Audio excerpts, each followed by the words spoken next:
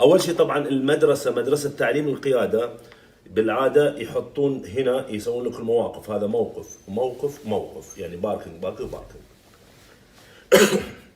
بيحطون لكم هنا، طبعا ما بيحطون سيارات ها.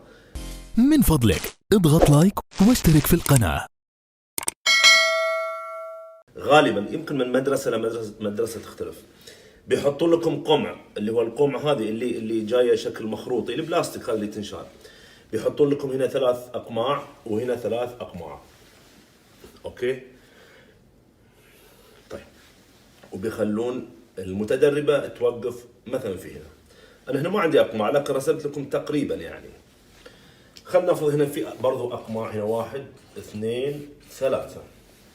راح تقول لك الفاحصه او المدربه يلا وقفي يا اختي هنا. خلونا نجرب. طيب. مثل ما ذكرت بالنسبه للمدرسه كيف راح يكون؟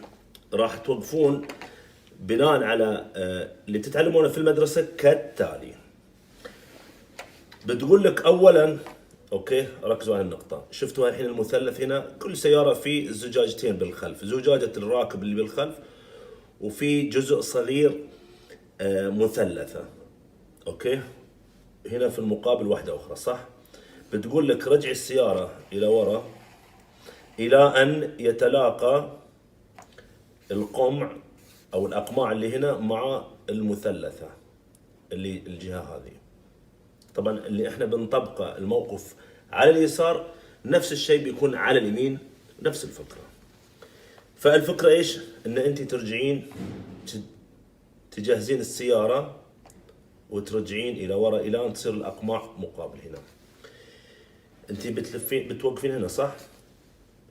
فيصير ايش؟ تلفين الدركسون جهه الموقف، تلفين يمين يعني. فتبدئين ترجعين. انا الحين لازم اتكلم عن طريقه في بعض المدارس، يمكن من مدرسه لمدرسه اختلافات بسيطه ممكن.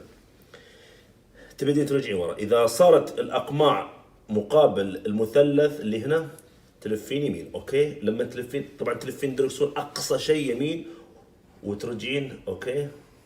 ترجعين بهالطريقه المفروض طبعا.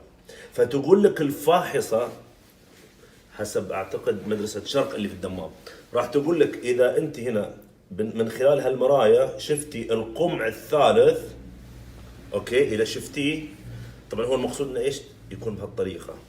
اذا شفتي القمع الثالث وانت ترجعين، الان عكسي الدركسون، لفي على الجهه الثانيه على اساس انه السياره ترجع بهالطريقه. اوكي. فانت ترجعين ورا بعد ما تشوفين القمع الثالث، تشوفين راسه او جزء من، تبدين تلفين والسياره المفروض تكون بهالطريقه، تلفين الجهه الثانيه معاكسه، اوكي؟ عيد. انت الحين رجعتي ورا وصارت الاقماع الاماميه محاذيه حق المثلث اللي هنا، تلفين الدركسون الجهه هنا، اوكي؟ وتبدين ترجعين.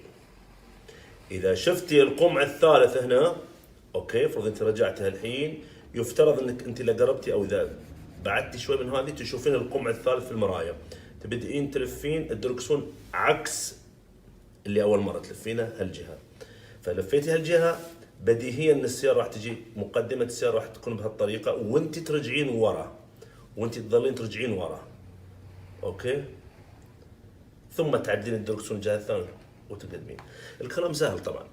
لاحظي او راعي بانه اوعي ان انت تخبطين في الاقماع اللي قدام او اللي ورا، محتمل يمكن يرسبون او لا، ما ادري، من مدرسه لمدرسه، من فاحصه لفاحصه. هذا بالنسبه حق المدرسه. طبعا هو المفروض تكون بدل الاقماع المفروض تكون في سياره والطبقين اللي بين الاقماع في السياره، لكن المدرسه ما ادري يعني لسبب ما يخلون في سيارات. طيب. نجي الحين خلينا نطبق على نفس الطريقه ونفس القانون نفس الفكره. لو في سياره، اللي انا اسوي اتوقع والغالبيه، افرض ان هذه الحين سياره، اوكي؟ هذه سياره وهذا موقف، انسوا الخطوط ذي، وهذا موقف. اول شيء تسوين يعني حبذا يكون بين مسافه السيارتين متر متر ونص. هذه السياره واقفه، انت ترجعين ورا الى ان توازين هالسياره تقريبا، مو بالضبط، تقريبا توازين هالسياره. بعد رجعي ورا شوي. اذا مؤخره صدام هالسياره هذه صارت مقابل المثلث اللي احنا ذكرناه، اوكي، تسوين الحركه الاولانيه، تلفين الدركسون جهه اليمين والسياره راح ترجع.